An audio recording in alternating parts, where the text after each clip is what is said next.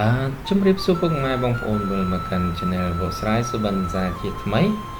ថ្ងៃនេះបងថៃខ្ញុំនឹងលើកយកទាក់ទងនឹងពុកម៉ែបងប្អូនសុបិនឃើញព្រះពុទ្ធរូបបាទប្រសិនបើជាពុកម៉ែបងប្អូនសុបិនឃើញព្រះពុទ្ធរូបនោះទំនីតិនៅក្នុងសុបិនដូច្នេះថាពុកម៉ែបងប្អូននឹងទទួលបានលៀបសំណាងមង្គលសិរីសុស្ដីដល់ក្នុងក្រុមគ្រួសារផងដែរបាទចំណែកលេខសំណាងសម្រាប់អ្នកសុបិនវិញនោះគឺលេខ27 28 88 288និង289បាទតកតងនឹងពុកម៉ែបងប្អូនសុបិនឃើញព្រះពុទ្ធរូបនេះគឺមានអត្តន័យមង្គលឬក៏សំណាងល្អ